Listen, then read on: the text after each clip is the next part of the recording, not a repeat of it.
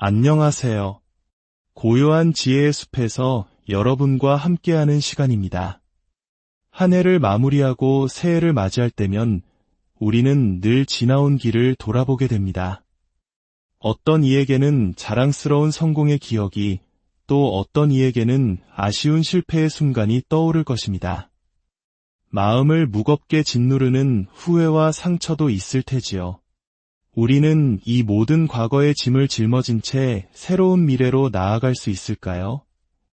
오늘 이 말씀을 통해 여러분의 마음에 하나님의 놀라운 평안과 위로가 임하기를 간절히 기도합니다. 만약 이 귀한 은혜를 주변에 사랑하는 이들과 함께 나누고 싶으시다면 잠시 시간을 내어 구독과 좋아요를 눌러주십시오. 여러분의 작은 손길이 하나님의 사랑을 전하는 귀한 통로가 될 것입니다. 여러분과 여러분의 가정에 하나님의 축복이 함께하기를 소망합니다.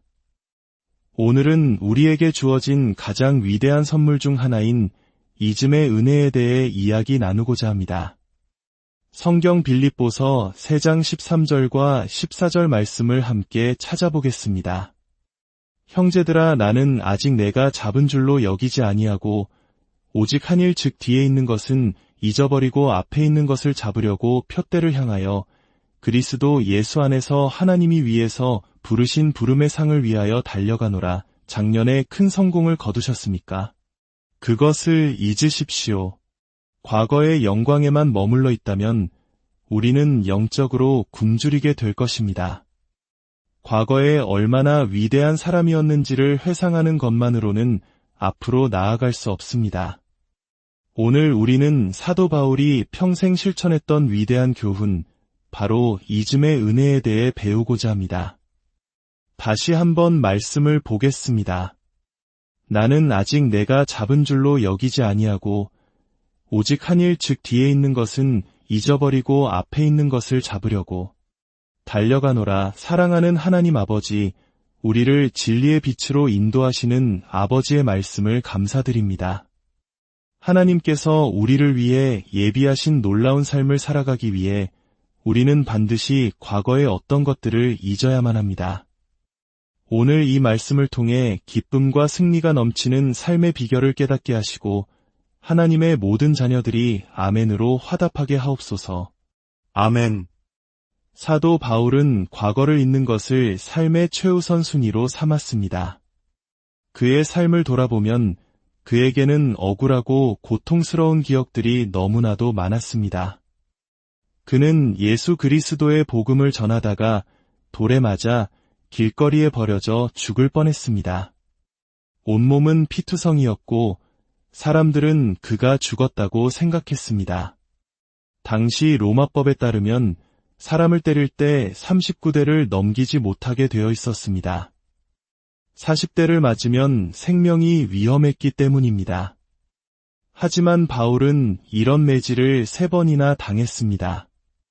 쇠붙이가 박힌 로마의 채찍은 살점을 찢고 뼈를 드러낼 만큼 끔찍했습니다. 그는 주님을 전했다는 이유만으로 여러 차례 감옥에 갇혔고 복음을 전파하며 보낸 시간의 상당 부분을 차가운 감옥에서 보내야 했습니다. 심지어 바리새인들의 살해 위협을 피해 광주리에 담겨 성벽을 타고 도망쳐야 했던 적도 있습니다.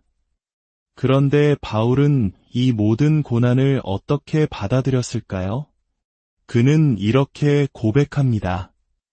우리가 잠시 받는 환난에 경한 것이 지극히 크고 영원한 영광에 중한 것을 우리에게 이루게 함이니 잠시 받는 가벼운 환난이라고요.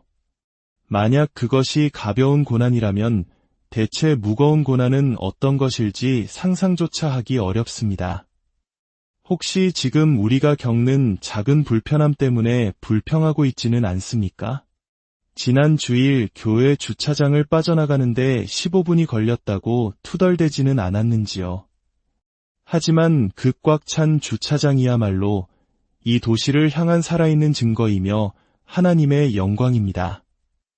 예수 그리스도만이 우리의 길이요, 진리요, 생명이시며 우리 삶의 모든 문제에 대한 해답이자 미래의 유일한 희망이십니다. 우리는 십자가의 복음을 부끄러워하지 않습니다. 주님께서 우리를 위해 공개적으로 죽으셨는데 우리가 어찌 그분을 비밀스럽게 섬기겠습니까? 마음속의 평화는 원망과 분노 때문에 무너집니다. 하지만 그 분노 역시 하나의 생각일 뿐이며 우리는 자신의 생각을 다스릴 책임이 있습니다. 혹시 여러분의 과거 속에 수십 년이 지난 지금까지도 여러분을 괴롭히는 기억이 있습니까? 그 기억을 떠올릴 때마다 자신도 모르게 화가 치밀어 오르고 마음이 사나워지지는 않습니까? 과거에 대한 집착은 현재를 마비시키고 미래를 위협합니다. 과거의 실패, 상실, 실망감에 계속해서 빠져 있으면 우리 안의 영혼은 시들고 결국 죽어버리고 맙니다. 수많은 사람들이 과거를 잊지 못해 슬픔과 우울감 속에서 고통받고 있습니다. 과거의 기억에 사로잡혀 있기에 마음이 상하고 기쁨과 평안을 누리지 못하는 것입니다. 사도 바울의 음성을 들어보십시오. 뒤에 있는 것은 잊어버리고 앞으로 나아가라. 우리의 정신적, 영적 건강을 위해 그리고 더 나은 삶을 위해 반드시 잊어야 할 것들이 있습니다. 첫째, 쓰라린 기억들을 잊어야 합니다. 어떤 사람들은 악의의 참마음으로 고통받습니다. 쓴뿌리에 사로잡혀 과거의 상처에서 헤어나오지 못하고 복수심과 보복심리에 이끌려 살아갑니다. 어쩌면 배우자에게 혹은 가까운 누군가에게 거절당한 상처 때문에 깊은 고통 속에 있는지도 모릅니다. 서인도 제도에는 맨션힐이라는 나무가 있습니다. 이 나무는 껍질에서 독성이 있는 수액을 뿜어내는데 사람이 그 나무에 닿기만 해도 즉시 화상을 입고 물집이 생긴다고 합니다. 그래서 아무도 그 나무 가까이 가려 하지 않습니다. 그 나무는 주변에 고통만을 주기 때문입니다. 혹시 우리 자신이 과거를 잊지 못해 살아있는 맨션힐 나무처럼 주변 사람들에게 쓰라린 고통을 주고 있지는 않습니까? 과거의 아픔을 곱씹는 것은 자신과 다른 사람 모두에게 상처만 줄 뿐입니다. 누구도 그런 사람 곁에 머물고 싶어 하지 않습니다. 우리에게는 마음의 치유가 필요합니다. 무엇이 내 삶의 질을 파괴하고 있는지 깨달아야 합니다. 당신 자신을 위해서라도 당신에게 잘못한 사람을 잊으십시오. 미워하며 기억하는 것보다 용서하고 있는 것이 훨씬 낫습니다. 당신의 원수들을 완전히 잊어버리십시오. 그것만큼 그들을 괴롭게 하는 것은 없습니다. 당신을 배신했던 부모, 형제의 잘못을 잊으십시오. 배우자의 불신실함을 잊으십시오. 이미 끝난 일입니다. 앞으로 나아가십시오. 자녀들이 안겨준 실망감을 잊으십시오.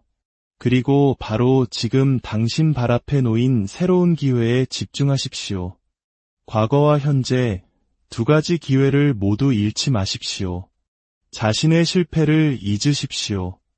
이 자리에 있는 모든 사람은 과거에 실패한 경험이 있습니다. 그리고 앞으로도 실패할 것입니다. 하지만 그 실패 앞에서 더 나은 사람이 될지, 더 비참한 사람이 될지는 당신의 선택에 달려 있습니다. 사도 바울의 말을 기억하십시오. 과거의 일은 잊어버리라. 실패는 성공보다 더 나은 스승입니다. 넘어지는 것이 실패가 아니라 넘어진 채로 주저앉아 있는 것이 진짜 실패입니다. 일어나십시오. 다시 일어나 도전하십시오. 심지어 과거의 성공과 승리조차 잊으라고 바울은 말합니다. 하나님께서 이스라엘 백성 뒤로 홍해를 닫으신 이유는 그들이 다시 노예 생활을 했던 이집트로 돌아가지 못하게 하기 위함이었습니다. 그들은 40년 동안 광야에서 400년간 몸에 밴 우상숭배의 습성을 씻어내고 하나님의 음성을 듣는 법을 배워야 했습니다.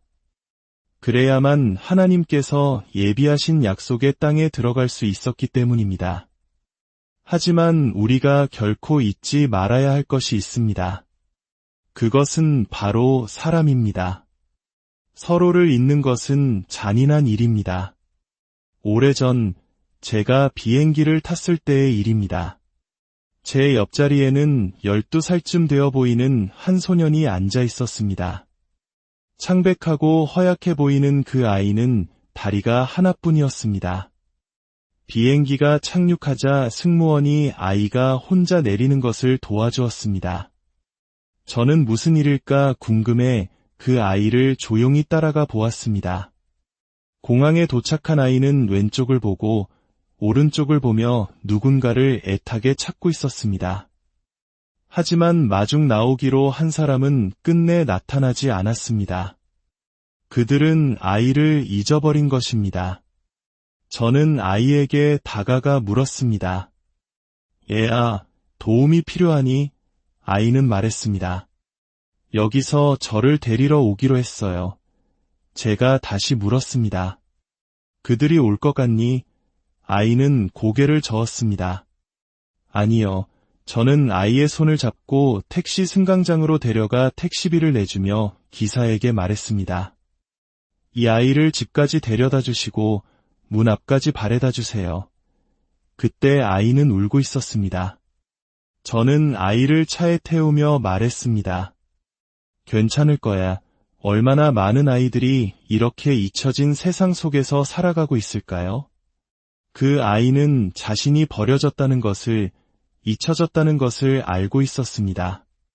그것은 아이가 감당하기에는 너무나 큰 슬픔이었습니다.